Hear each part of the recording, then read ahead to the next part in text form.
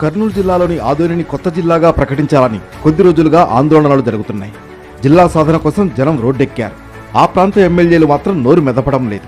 ఆదోని, ఆలూరు, ఎమ్మిగనూరు, మంత్రాలయం నియోజకవర్గాలు కర్ణాటక సరిహద్దులో ఒక మూలకు విసిరేసినట్లుగా ఉంటాయి. పూర్తిగా వెనుకబడిన ప్రాంతం కూడా. జిల్లా కేంద్రానికి 100 నుంచి 150 కిలోమీటర్ల దూరంలో ఉండడంతో అధికారుల రాకపోకలు కూడా అంతంత మాత్రమే. ఆదోనిని జిల్లాగా ఏర్పాటు చేయాలని చాలా ఏళ్లుగా కోరుతున్నారు స్థానికులు.